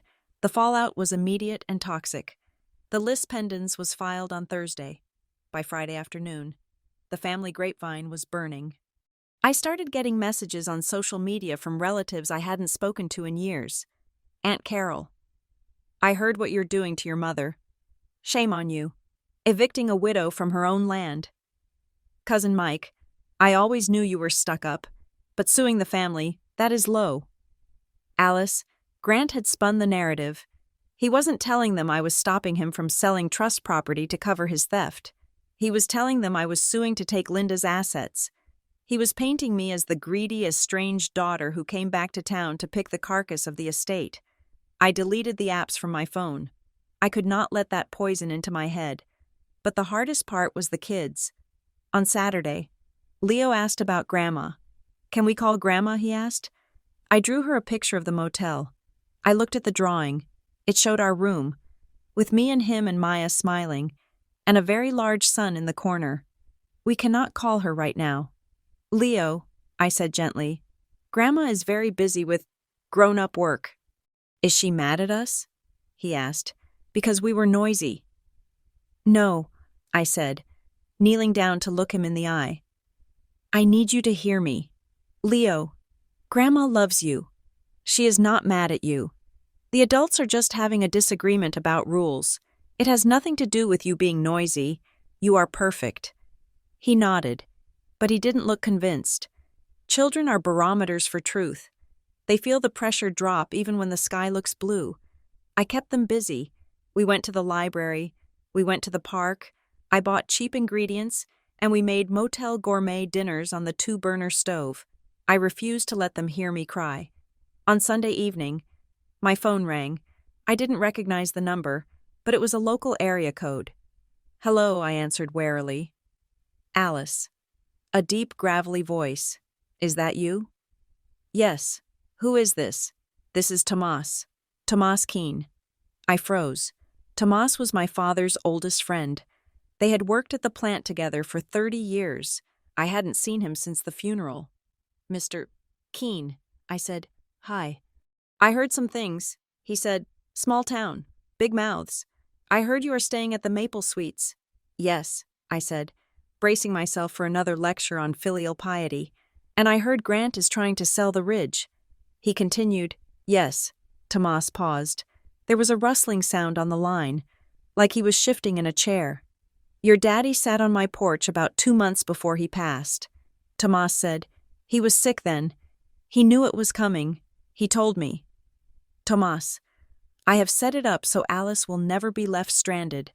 Grant is a shark. But Alice needs ground to stand on. I closed my eyes, tears leaking out instantly. He said that he did. Tomas said he was worried. Alice, he told me he locked that land up tight, he said. That is her safety net. So when I hear people saying you are trying to rob the family, well, I know that is not the way Harold wrote it. Thank you, I whispered. You have no idea what that means to me. You fight him, girl, Tomas said. You fight him for every acre. Harold would have wanted it. I hung up the phone and sat on the floor of the motel room, weeping, not out of sadness, but out of relief. I wasn't crazy. I wasn't greedy. I was doing exactly what my father wanted me to do. Monday brought the breakthrough. I was at the library, checking my email, when the notification popped up. Pinebrook Flats Management. Dear Alice, congratulations. Your application for Unit 2B has been approved. Move-in can be scheduled as early as Friday. I let out a yelp of joy that made the librarian shush me. We had a home, a real home. 2 bedrooms, a kitchen, a door that locked. It was small, it was expensive, but it was ours. I packed up my laptop, my hands shaking with excitement. I was going to pick up the kids and take them out for pizza. We were going to celebrate. I walked out to the car. I checked my phone again to reread the email, just to make sure it was real. I saw a voicemail notification. It was from Mom. I hesitated. The sun was shining. I was happy. I didn't want to ruin the moment, but I had to know. I pressed play and held the phone to my ear. Alice, my mother's voice said. It was not the angry voice from the garage. It was cold, hollow, and terrifyingly final. Grant told me about the legal notice on the land. He showed me the paper. You have embarrassed me in front of this entire town. You have frozen my assets. You are attacking your own blood. She paused. I could hear her breathing. If you do not withdraw that filing by tomorrow morning, do not ever come back here. Do not call me. Do not bring those children to my door. If you do this, Alice, you are no daughter of mine. The message ended. I stood in the parking lot of the library. The wind whipped my hair across my face. If you do this, you are no daughter of mine. She was asking me to choose. I could be her daughter, which meant being silent, compliant, and homeless while Grant looted my future. Or I could be a mother to my own children, which meant fighting for their stability at the cost of my own mother's love. I looked at the approval email from Pinebrook Flats. I thought about the child household stability clause in the trust. I thought about Leo asking if he was too noisy. There was no choice. My duty was not to the past. It was to the future. I deleted the voicemail. I got in the car. I drove to the school to pick up my children. We are getting pizza. I told them when they piled in. And guess what? We have a new castle, as they cheered. I gripped the steering wheel, my heart breaking and healing all at once. I was an orphan now, by decree. But I was a mother first, and that was enough. The key to apartment 2B at Pine Brook Flats was a small, jagged piece of brass that felt heavier than it looked. It was not just a tool to open a door, it was a physical declaration of independence.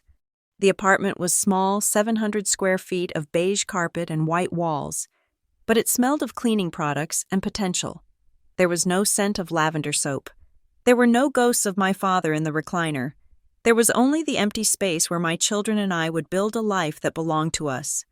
We moved in on a Friday afternoon. We did not have furniture. We slept on air mattresses in the living room that first night, eating pizza from the box, watching the sunset through the sliding glass door that looked out onto the parking lot. "Is this our house now?" Maya asked, tracing a pattern on the carpet. "Yes," I said, pulling a blanket over her shoulders. "This is our castle, and the best part is, the only rules are the ones we make." "Can we be noisy?" Leo asked, testing the waters. I laughed, a sound that felt rusty in my throat. "You can sing at the top of your lungs, Leo, just not after 9 o'clock, because the neighbors have to work." I started my job at Northgate Claims Services on Monday. It was a cubicle job, entering codes for medical procedures into a dual monitor system. It was repetitive, detailed, and utterly devoid of emotional drama. I loved it. For 8 hours a day, the world made sense. Input led to output. Errors could be corrected. There were no hidden agendas, only insurance policies. But while I was building a fortress of calm, the siege outside continued. My phone became a device of harassment. Grant had escalated his tactics. He created a group text titled Family Updates, adding me, Linda, Paige, and about 15 cousins and aunts. Grant just wanted to let everyone know Mom is having heart palpitations again. The stress of the legal threats is taking a toll. We are asking for prayers and for certain people to drop their aggressive lawsuits. Aunt Carol, praying for you. Linda, shameful that family would do this. Cousin Mike Alice, just drop it. Is money really more important than your mother's health? I did not reply. I took screenshots of every message and sent them to Eliana Park. Then I muted the conversation. They were trying to shame me into submission, using the social currency of a small town to buy my silence. But they did not understand that I had already spent my reputation to buy my freedom. I had nothing left to lose. Eliana called me on a Thursday during my lunch break. "Alice, can you come by after work?" she asked. Her voice was tight. "I have some records from the county clerk and a preliminary trace on the refinancing." I sat in her office 2 hours later. Eliana had a whiteboard set up. It looked like a diagram for a conspiracy theory. "Here's the timeline," Eliana said, pointing to a red line. "Your father died 4 years ago. The Cedar Ridge Trust was supposed to be irrevocable. That means the assets, the land. The investment accounts were locked. Grant could not touch the principal without a specific qualifying event, like medical necessity or education. She drew a circle around a date, 2 years ago. A new account was opened at a private bank in the city, Ross Management, LLC. Grant is the sole signatory. Linda is listed as a silent partner. She drew a line connecting the trust to the LLC. We found transfers. She said, small ones at first, 5,000 here, 10,000 there, labeled as property maintenance or administrative fees. But then, 6 months ago, right before you lost your job, there was a massive transfer, $40,000. Where did it go? I asked. It went to a crypto exchange, Eliana said, and from there, it vanished. I felt a cold pit in my stomach. Crypto. Grant considered himself a financial genius because he read blogs about digital currency. He had gambled our inheritance on invisible coins. And the refinancing, I asked, that was the desperation play, Eliana said. He lost the 40,000. He needed to put it back before tax season, or perhaps before you started asking questions. So he convinced your mother to take a high-interest loan against the house to cover estate taxes. He used that money to refill the trust account. But he is still short. That is why he is selling the land. He is robbing Peter to pay Paul, and Peter is your mother's house. It is a Ponzi scheme. I whispered, my brother is running a Ponzi scheme with our family estate. It is fraud, Eliana corrected, and it is unraveling. But there is something else. She handed me a photocopy of a bank log. In the discovery process, we requested a list of all safe deposit boxes registered to Harold Ross. We found one at Maple Hollow Community Bank that is still active. Grant is not on the access list. Who is you are? Eliana said. You and your father. It was opened 10 years ago. I stared at the paper. I remembered going to the bank with Dad when I was 23. He had said we were just signing some backup paperwork in case he got hit by a bus. I had signed a card and forgotten about it. Go to the bank. Alice, Eliana said, see what is in that box. The bank smelled of old money and floor wax. The vault manager, a gray-haired woman named Mrs. Gable, no relation to my boss, checked my ID and the death certificate I had brought. Harold was a good man, she said softly as she led me into the vault. He came here often. She unlocked the box. She slid the long metal drawer out and carried it to a private viewing room. She left me alone. I opened the lid. The box was nearly empty. There were no gold bars, no stacks of cash. There was only a single white envelope, sealed with tape. On the front, in my father's handwriting, it said, for Alice, to be opened only if rent is demanded. I stopped breathing. If rent is demanded, he knew. He had looked at his wife, looked at his son, and he had known exactly what they would do. I tore open the envelope. My hands were shaking so hard, I almost ripped the paper inside. It was a letter, handwritten on yellow legal pad paper. My dearest Alice, if you are reading this, I am gone, and you are likely feeling very alone. I am sorry for that. I am writing this because I know your brother, and I know your mother. I love them both, but they share a weakness fear. Grant fears being ordinary, and your mother fears being poor. I have tried to secure the estate, but Grant is persuasive. I fear that if you ever need to return home, they will see it not as a reunion, but as a financial burden. I fear they will try to charge you for the roof I built for all of you. They will call it responsibility or rules, but it will be greed. Do not let them push you out. You have rights. The Cedar Ridge Trust is yours as much as theirs.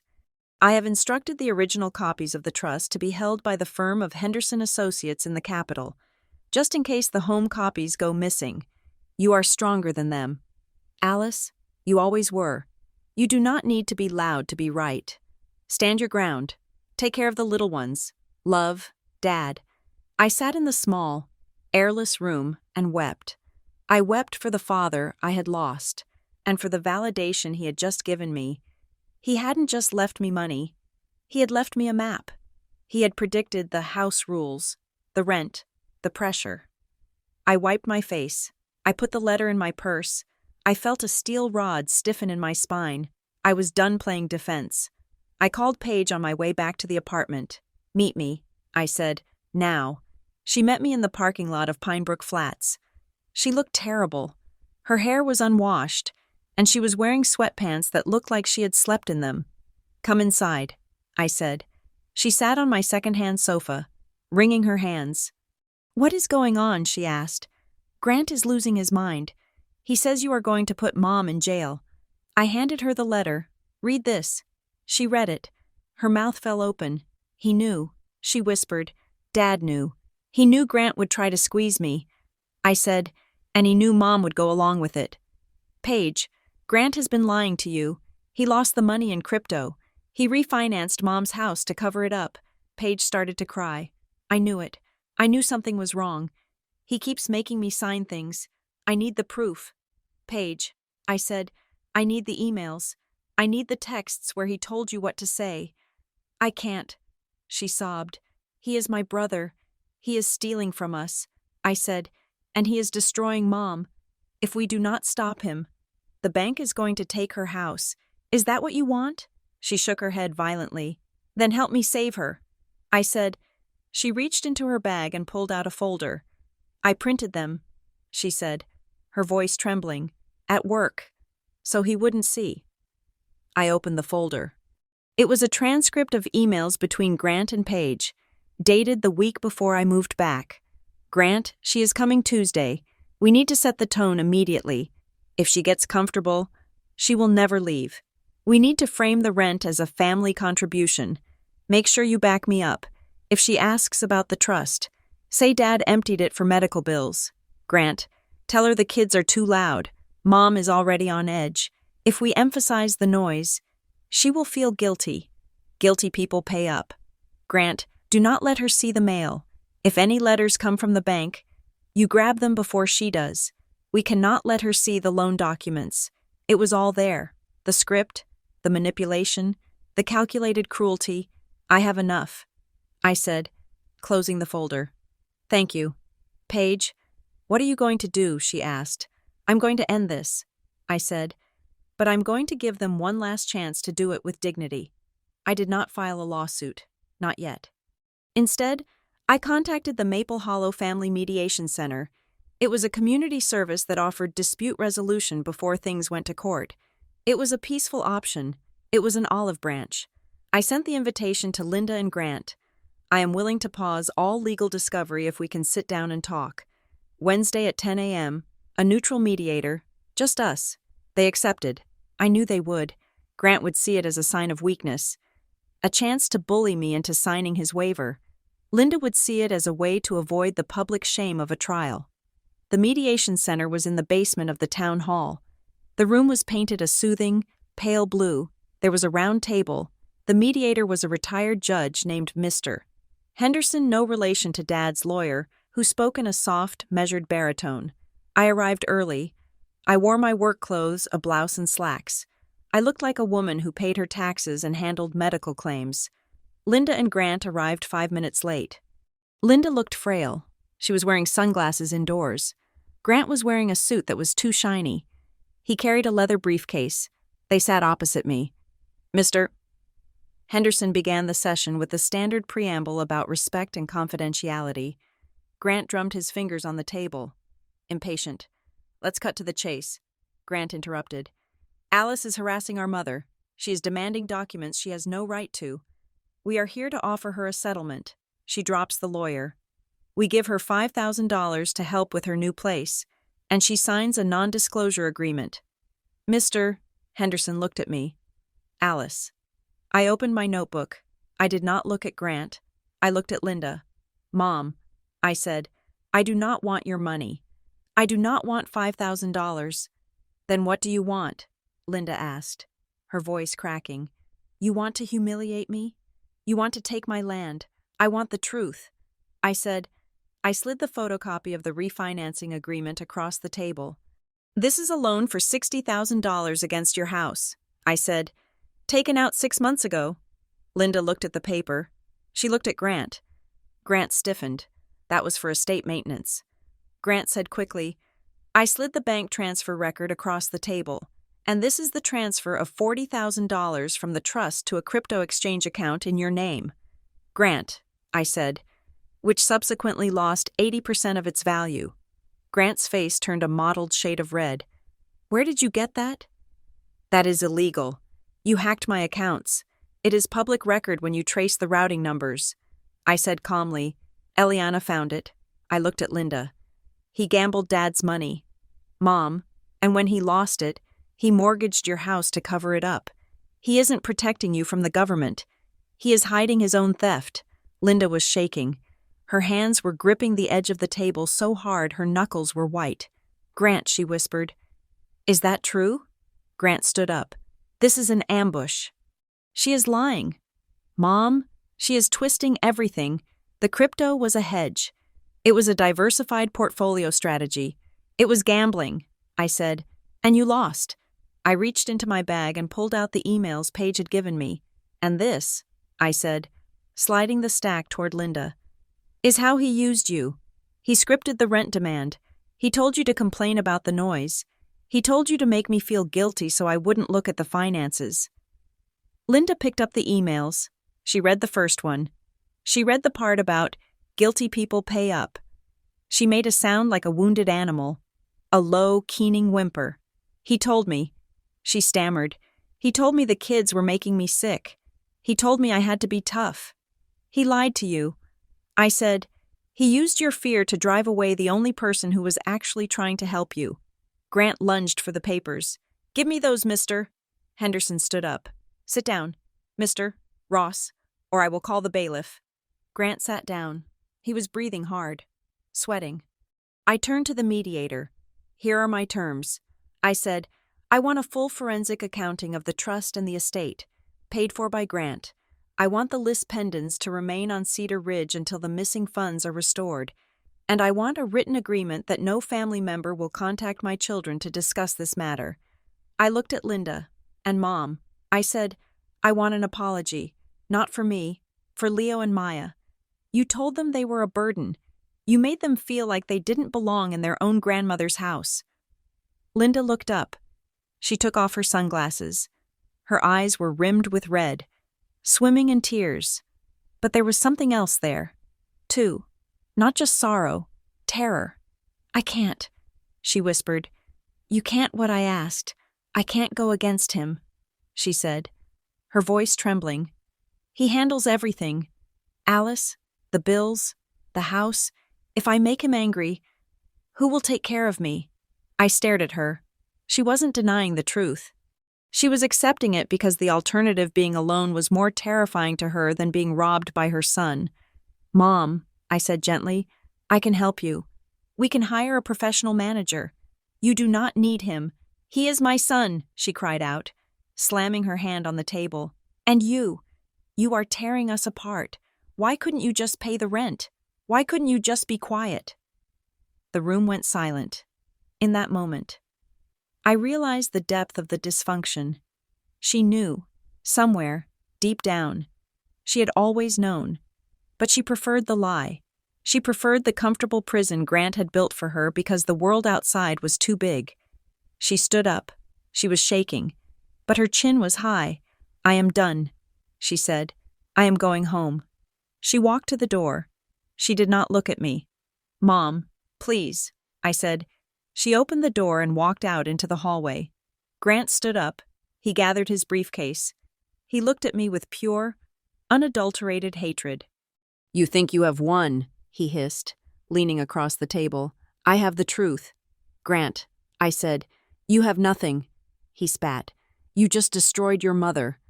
I hope you are proud of yourself. He followed her out.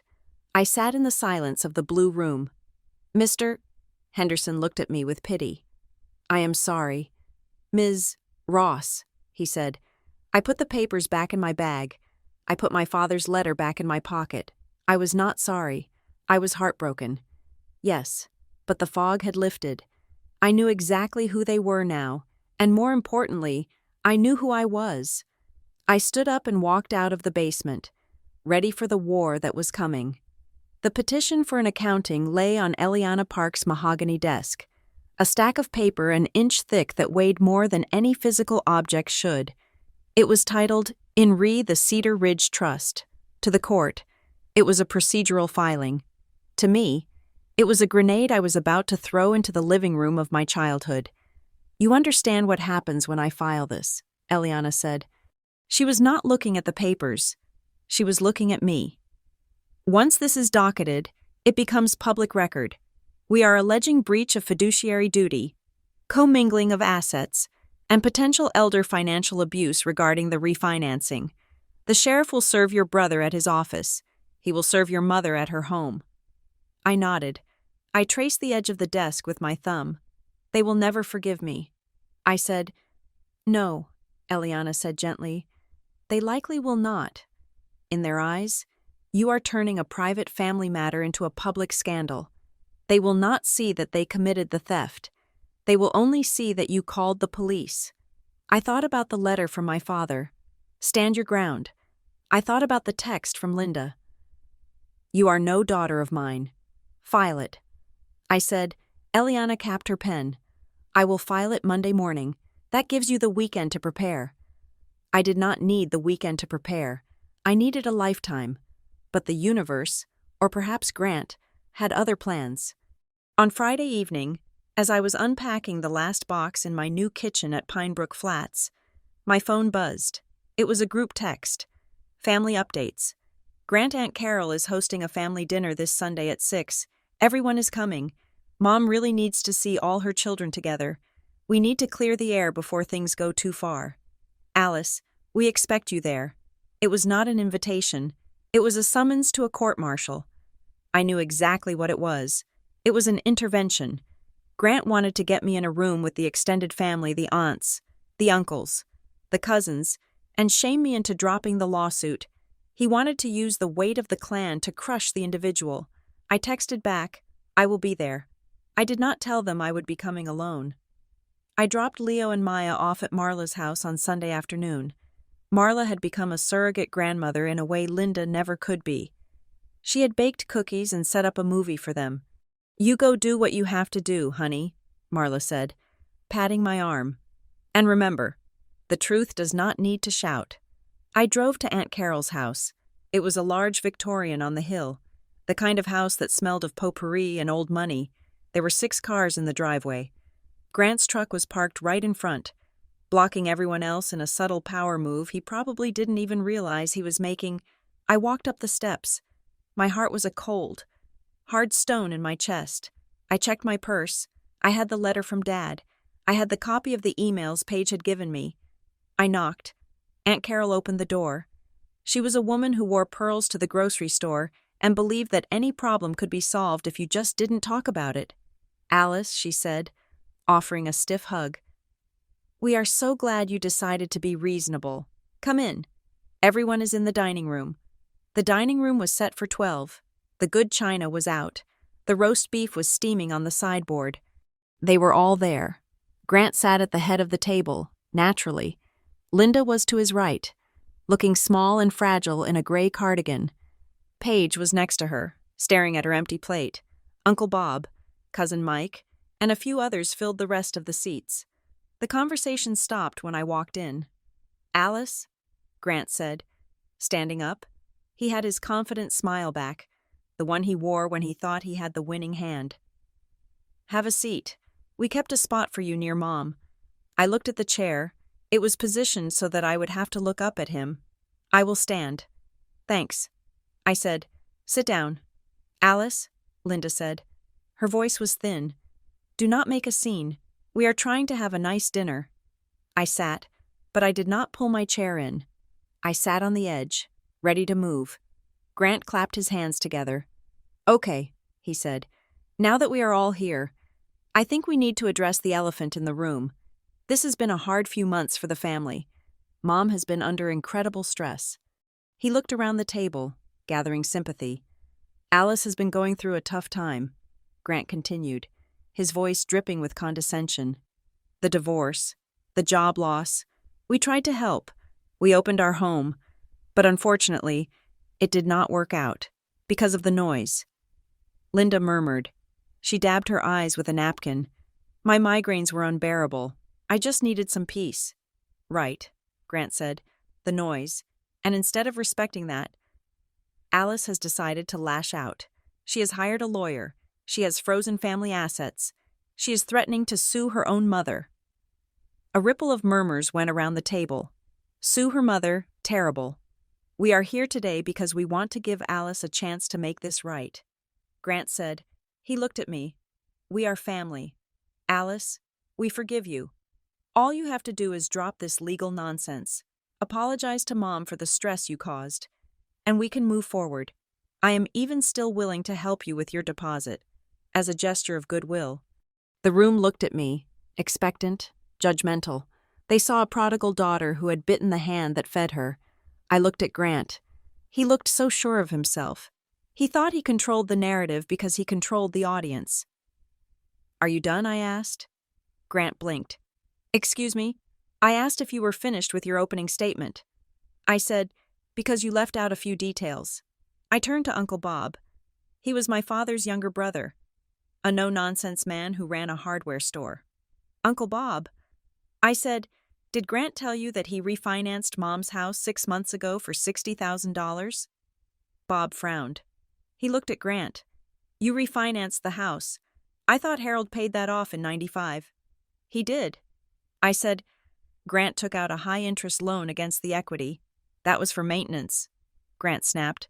The roof needed repairs, and the $40,000 transferred from the Cedar Ridge Trust to a crypto exchange, I asked. Was that for roof repairs too? Or was that for the digital coins that crashed last month? The table went dead silent. Grant's face turned purple. That is private financial information. You have no right. I have every right, I said, my voice rising just enough to cut through his bluster. I am a beneficiary of that trust. And so is Paige. And so is Mom. I looked at Linda. Tell them, Mom. I said, tell them about the loan. Tell them how Grant told you the government was coming for the money, so you had to sign the papers. Linda looked down at her lap. She was twisting her napkin into a tight rope. I do not understand the numbers, she whispered. Grant handles it. He said it was necessary. It was not necessary. I said, it was theft. He lost the money, and he used your home to cover his tracks. And when he realized he was still short, he tried to sell Cedar Ridge. That is a lie. Grant shouted. He slammed his hand on the table. The silverware jumped. She is lying. She is bitter because she is broke and alone. Excuse me, Uncle Bob said. His voice was low, heavy. Grant, did you sell Cedar Ridge?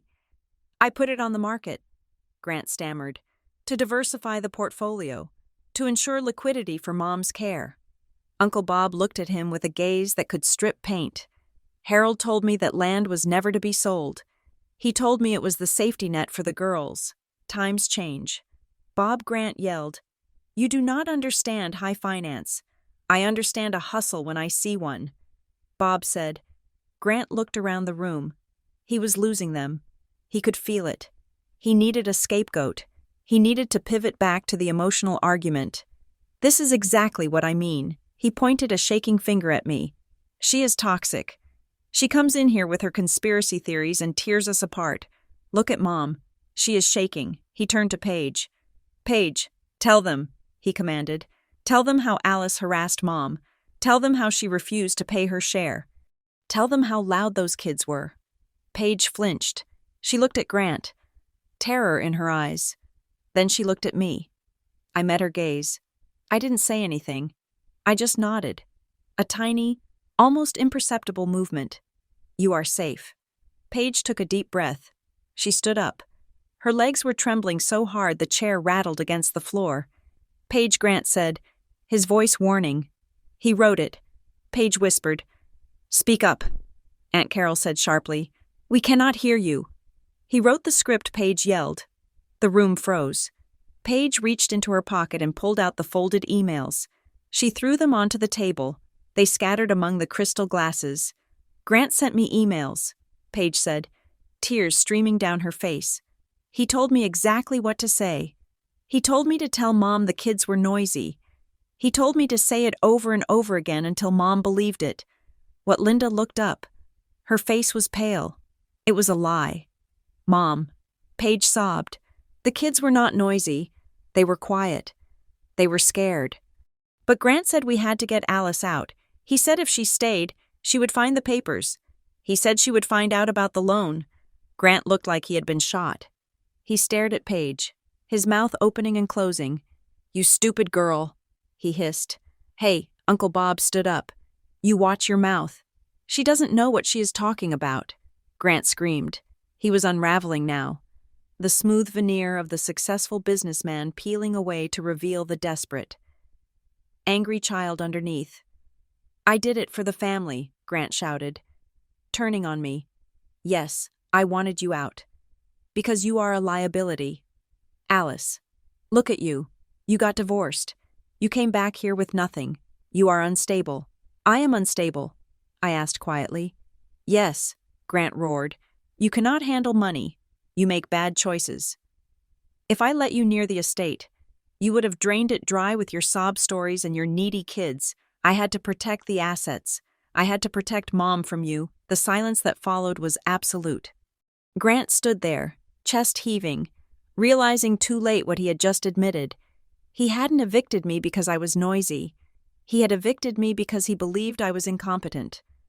Because he believed that as a divorced woman, I was a broken thing that needed to be managed, contained, and exiled. I stood up slowly. I picked up my purse. I walked around the table until I was standing right in front of him. He was taller than me, but in that moment, he looked very small. I am not unstable. Grant, I said. My voice was steady, cold as the winter wind outside. I am a single mother who worked 2 jobs to pay you rent I didn't owe. I am a woman who built a new life from nothing in 3 weeks. And I am the person who is going to make sure you return every single cent you stole from our father. I turned to the table. I looked at Aunt Carol. Cousin Mike, Uncle Bob, I am filing a petition for a forensic accounting tomorrow. I said, I am asking the court to remove Grant as trustee. I am not doing this to hurt the family. I am doing it to save what is left of it. Then I turned to Linda. She was sitting frozen, staring at the emails scattered on the tablecloth. She looked like a statue of grief. Mom, I said. She looked up at me. Her eyes were wide, lost. She whispered, he said he was protecting me. He was protecting himself. I said, Linda looked at Grant. Then she looked back at me. Her face crumpled. It wasn't the anger of the garage or the coldness of the kitchen. It was pure, unadulterated fear. I didn't think you would actually leave, she whispered. The words hit me harder than any insult. What I asked, I thought, she stammered, tears spilling over. I thought if we made it hard, you would just pay. I thought you would do what he said. I didn't think you would leave me. I stared at her. It was the ultimate confession of dysfunction. She had participated in the torture because she thought I was trapped. She thought she could abuse me because I had nowhere else to go. She valued my compliance more than my dignity. That is why I had to leave. Mom, I said softly, because you thought you owned me. I stepped back. I am not your tenant, I said, and I am not your victim. I am your daughter.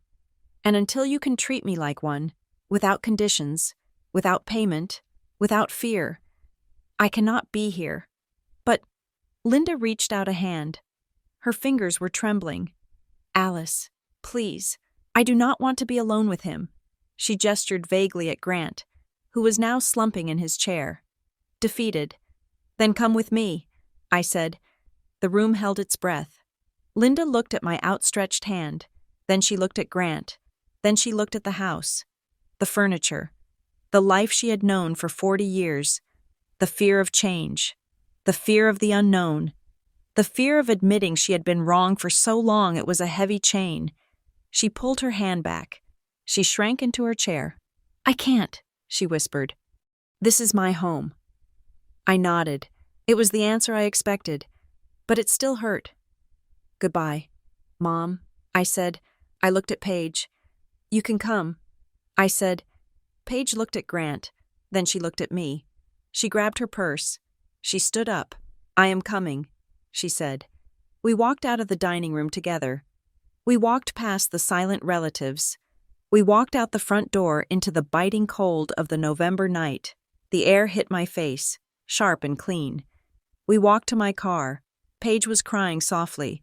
I am sorry, she said again. Stop apologizing. I said, you stood up. That is all that matters. We got in the car. I started the engine. My phone buzzed on the dashboard. I glanced at it. Aunt Carol. That was cruel. Alice. You broke her heart. Uncle Bob, call me tomorrow. I know a good forensic accountant. Cousin Mike, Jesus. Is it true about the crypto? The messages flashed by. A ticker tape of a family blowing apart and coming back together in new, jagged configurations. I looked at the house one last time. The lights were warm and golden in the windows, hiding the rot inside. I knew what was coming next. The lawyers, the depositions, the ugly, necessary work of dismantling the lies my brother had built. It would be hard. It would be expensive. It might take years. But as I put the car in gear and drove away, leaving the shadow of Cedar Ridge behind me, I didn't feel afraid. I thought about the key in my pocket. the key to apartment 2B, the key to a door that I locked, and I opened. I thought about Leo and Maya, waiting for me with cookies and a movie. I wasn't a daughter of that house anymore. I was the architect of my own, and for the first time in a long time. The silence in my head wasn't empty, it was peaceful. Thank you for listening to Mother Said Your Kids Are Too Noisy, Pay Rent or Leave. The family agreed. I hope this story resonated with you. It is a hard truth that sometimes the people who are supposed to protect us are the ones we need protection from. But standing your ground, even when your voice shakes, is the bravest thing you can do. I would love to hear your thoughts in the comments. Where are you listening from? Have you ever had to draw a hard boundary with family? Let me know. If you enjoyed this story and want to hear more tales of justice, resilience, and realistic drama, please subscribe to Revenge Stories. Hit that notification bell so you never miss an episode. Until next time, take care of yourselves, and remember your dignity is not rent you pay to exist.